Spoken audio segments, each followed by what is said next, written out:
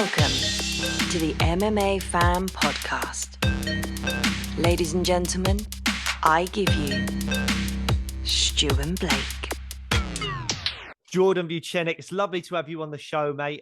Look, before we get into our little chat, I've got to just say a few things about the event coming up. It's Cage Warriors 145 in London on Friday, November 4th at the Indigo at the O2. The event's also going to be on UFC Fight Pass, and I think there's limited tickets available. So if you want your tickets, don't miss out. Go to cagewarriors.com and get your tickets, because this is the biggest rematch in Cage Warriors history, isn't it, Jordan? And firstly, mate, how are you? Yeah, I'm all right. And yeah, one of the biggest fights in European MMA, I would say.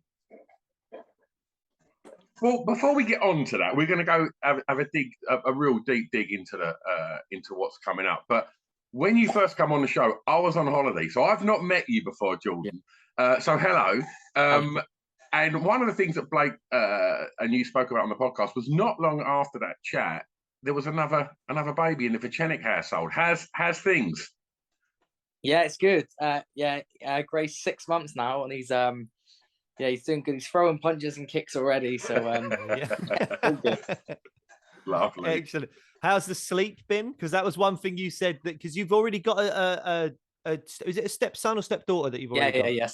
Stepson already. Yeah, you've already got a stepson, but you said you missed a lot of the sleepless nights because you kind of came into their life when they were about 5-6 months old, something like that. But you've had the sleepless nights now, I'm assuming. How's that been? Yeah, it's been all right. I would say that's the only thing that Paul Hughes does better than me in terms of fighting is the sleep and the recovery. But yeah, it's been good. He's not been too bad. My missus says he's terrible for sleeping, but you just crack on with it, don't you? Yeah, absolutely. Has she been good? Has she been like, you've got a fight coming up, so I'll do a lot of the night feeds and kind of let you sleep a little bit? Yeah, she has, to be fair. I will give her that. That's she has good. Been.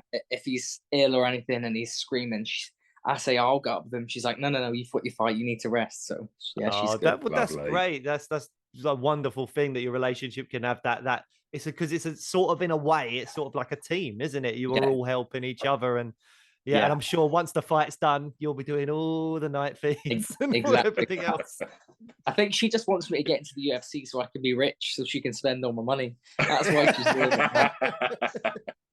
Well, let's hope that happens. I mean, in terms of the last fight you had against James Hendon, who stepped in, I think, a bit late notice for Paul Hughes, because this fight was made before earlier in the year. It sadly fell through because Paul had injuries with his neck, and I think James Hendon stepped in. You went out there, got a phenomenal finish in that second round. But the thing that I really wanted to ask you was, am I right in thinking that was your first fight in front of a crowd for a long time? Because didn't you win the belt and everything, and it was empty arenas or sort of empty arenas? So I mean, how was that? Because the crowd was. I actually rewatched the fight yesterday. The crowd is buzzing, and it's a very pro Vucenic crowd. They are really going for it. I mean, the atmosphere looked brilliant. Yeah. How was it for you fighting in front of a crowd for the first time in ages in such a big fight after having some time off? How was that? Was it nerve-wracking, or were you okay with it? Do you know what? It was amazing. It was more than I could have ever thought, because the only fight I had on Cage Warriors with the crowd was my debut. And I went that big back then. So I think I sold maybe max 150 tickets. So, since the lockdown, fighting behind closed doors, I was building so much of this big buzz.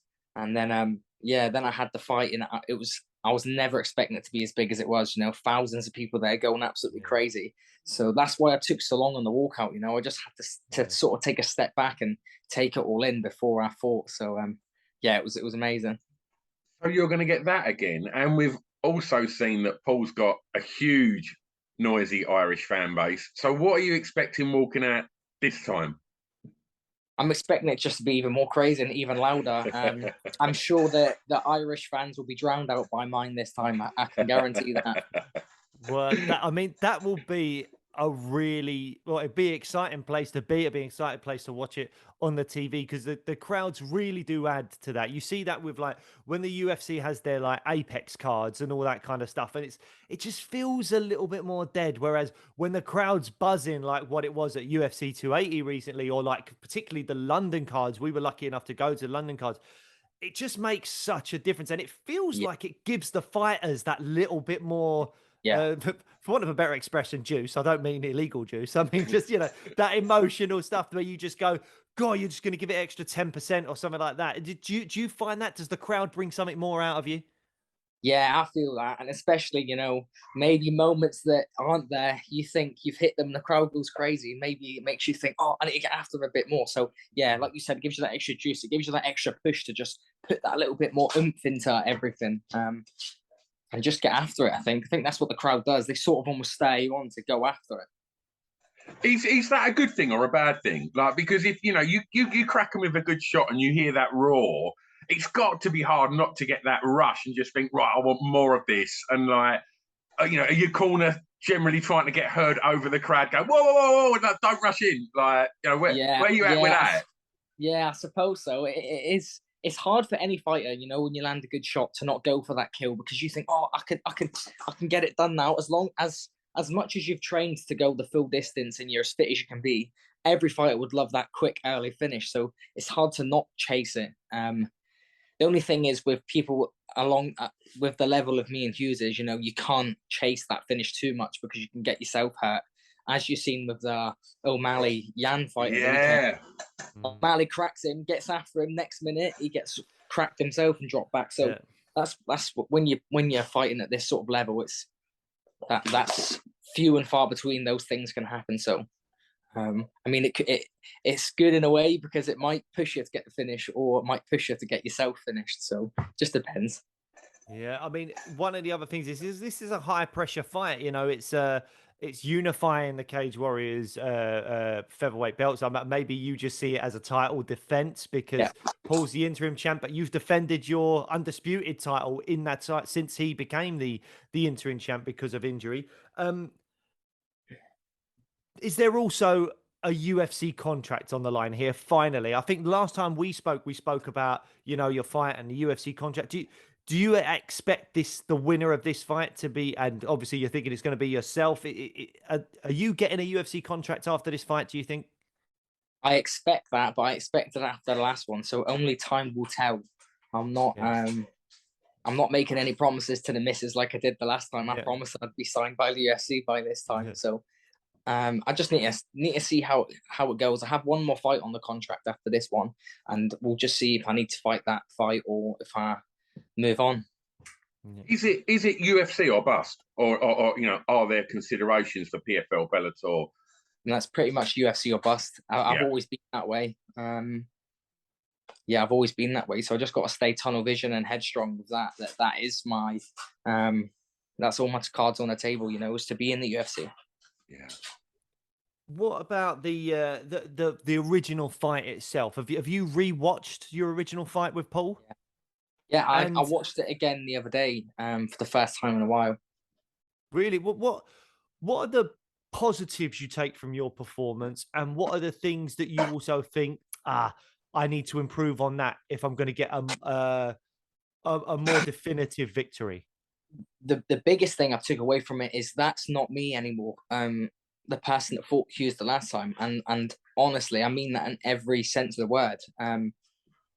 That is, looking back at that fight, and now I'm not even close to that.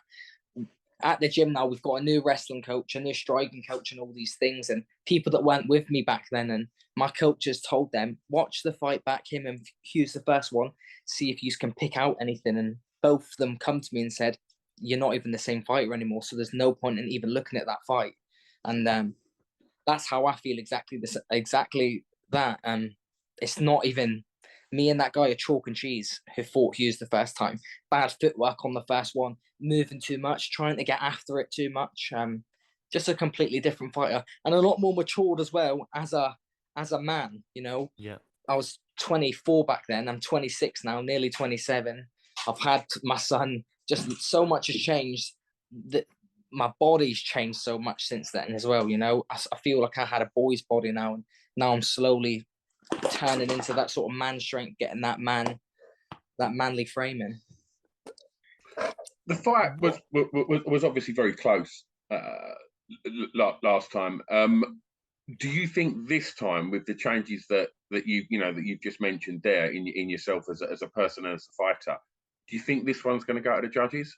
No, I don't think so. No, and like I said, to Blake the last time, you know, I need it not to go to the judges again. Same with the Hendon one.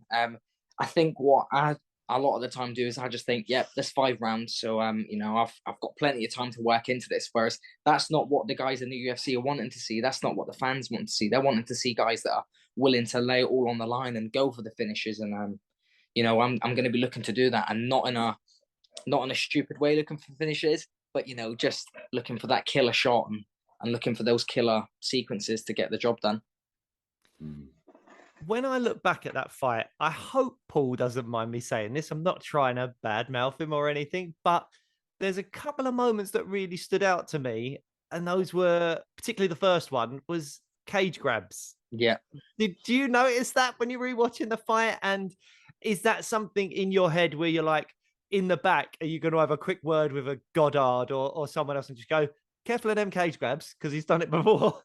Yeah, well, at the time in the fight, I didn't realize he did it. You know, I just picked him up and I thought to myself, "Fucking hell, he's got good balance. This old boy does." And then it went till I watched it back, and I thought, "You cheeky bastard!" But yeah, I'm hoping that I have Goddard for the ref for this fight, because I know he is stern with things like that, and he won't be letting it get away. But also as well, I hope that he shoots in on me and gets a deep double, and I'm going to hold that fence. I'm going to land the fence and have that away. And even if I don't need to use the fence to stay up, I'm gonna. You know, I'm not going to do it to the point where I get a point deduction or anything. But there's going to be that odd time where I'm going to grab that fence. And I'm just going to look at him and say, "Oh yeah, oh yeah." But there is a weird thing in MMA at the moment, because it seems like it's other sports, you'd be like, you know, you commit a foul, you get a yellow card, you give away a free kick, or you know, whatever it might be. In MMA, it does seem like you can do a tiny little cheat and sort of just get away with it, whether it's like a fence grab or sometimes a groin strike. Something. I mean, I do think most of the groin strikes are by accident, but fence grabs seem intentional, and they have a big impact on the rest of the fight. Like in my head, me and Stu talked about this only recently on one of our episodes, where we were saying, I feel like if someone grabs the fence, the action should be stopped. They should go, right, person that was going to get the takedown, you've got the choice. You can either go back to like a clinch, keep it on the feet, or you can put them down on the floor and you're in their guard, and then you reconvene the action. Because taking a point when you've got the 10-point must system, it is very harsh. And it does feel like you want a few fouls before you actually take a point, unless it has a real impact on the fight, like a really bad eye poke, groin strike, whatever it is, or like the illegal knees and stuff like that. But when it comes to the fence grab, I just think it would be a really simple solution to go, right, you've grabbed the fence, you prevented the takedown. Let's put you where you would have been if you didn't grab the fence. Do you think something like that would work well, or do you think that's not a great idea? Yeah, no, I do think that, because especially, you know, the first fence grab, it was clear that he was getting took down, hence why he used the fence to keep himself up. Yeah, it would have been good to have sort of said, right, stop, listen, used to it. That was clearly a takedown. And yeah, like you said, starting in that neutral position in the guard, you know, we can't say, yeah, we're going to start you down them in full mount, but definitely at the bare minimum, starting in their guard would be, yeah, I think that would be suitable. But it wasn't even the first fence grab that's the bad. The first fence grab's the real blatantly obvious one. But in the second round, when I have him in the standing head and arm, I leg reaped him and I was going to take him down, and he held the fence, and he did get a warning from the ref. The action weren't stopped, but the ref said, one more fence grab, I'm going to take a point. But the fight would have been finished there if he hadn't grabbed the fence, because I had him in a locked-in head and arm choke. I would have leg reaped him, and we'd have landed, and I'd have finished that submission, I'm telling you. Well, I mean, I wouldn't want to doubt you, because we saw the head and arm choke against Hendon, didn't you? You got that kind of like clinch position and then got round to the back, which was a beautiful transition to watch. Is that something you work on a lot in fights? That kind of, because you don't see it very often, those kind of like standing head and arm choke positions and then go straight to like a back take or something. I don't feel like I see that very often. No, I'm just very naturally athletic. I always have been as a child. You know, I was one of those people that could turn my hand to any sport, and I'd be really good at it. And it's just took in years and years of doing the grappling, doing the MMA, and in the beginning, that was sort of my go-to, was being this athletic, scrambly guy. And now I've got my base down, I've got my technique down, and those things can just come now and then in the moment, you know, and it looks spectacular when it comes. So I've always just sort of got those, in my back pocket, so to speak. I'm one of those guys, you know, when someone does something crazy and they flip out of a position and they're on their feet all of a sudden, and everyone goes, how the fuck did you just do that? I'm one of those guys that do that every single day in the gym. So these crazy jumping things are nothing new to me. You mentioned that there's new coaches involved in your camp for this fight. Tell me about what the most notable changes are in this camp from, let's say, the first time that you fought Paul Hughes. I think the biggest thing that I've come away with is the footwork. Really, I think my footwork against Hughes the first time was just all over the place. It wasn't really doing me any favors, but I'm always about building off of the last performance, and my fight before Hughes was against Steve Aimable, and the thing I took away from that is I didn't move my head. You know, I kept my head on the center line, and I kept getting countered for it. And going into the Hughes fight, I was so head orientated. I wanted to make sure my head was moving so much that I weren't focused on my feet underneath me. So when my head was moving so much, my feet were moving with my head to try to sort of counteract it and keep my balance. And it just wasn't a good sort of formula for that fight. But that's been a big thing, you know, sitting down on the shots. If you see any of my videos, I'm a lot more sat down. If I could release footage of training, of some of the things that have been happening in training, you know, I'd be a very popular man, because there'd be a lot of highlight reel things that people would like to see. But I'll never do that to my training partners. But yeah, just since I've been sitting down on the shots, everything's just come alive. You know, the power's come alive, the speed, everything, and I really am excited to show it. Well, even when you was talking about fence grabs, and there's been so much chat and hype about, you know, the rivalry and this rematch, but even when you talk about fence grabs and the previous fight, there's still a smile on your face. Like, there's obviously mutual respect between you both. But what do you really think of Paul Hughes? I've said this many times. I've said it to him. You know, I actually do like him as a person, and I like him as a fighter. You know, I'm a fan of his style. But this is just something that needs to be done. It needs to be written that I got the job done. Do you know what I mean? I've said it in many interviews. You know, immediately after the fight, I thought I'd lost. You know, I said to Hughes when the decision went my way and I got my hand raised, I said to him in the cage, you know, look, I thought you had that one, and you know, looking back at it, a lot of the times I do think it. A lot of the times I think, yeah, do you know what? He did win that. And then there's the odd time where I think, nah, I did win that. So I've got to go out there for me, you know, and I know that, like I've said, Jan, I'm not that fighter anymore, but I know I'm levels above what I showed in that fight. And I'm just really excited for next week to go out and show it. And I'm excited to do it with a smile on my face. You know, the first time there was bad intentions, whereas this time there's just tunnel vision of knowing what I'm going to do.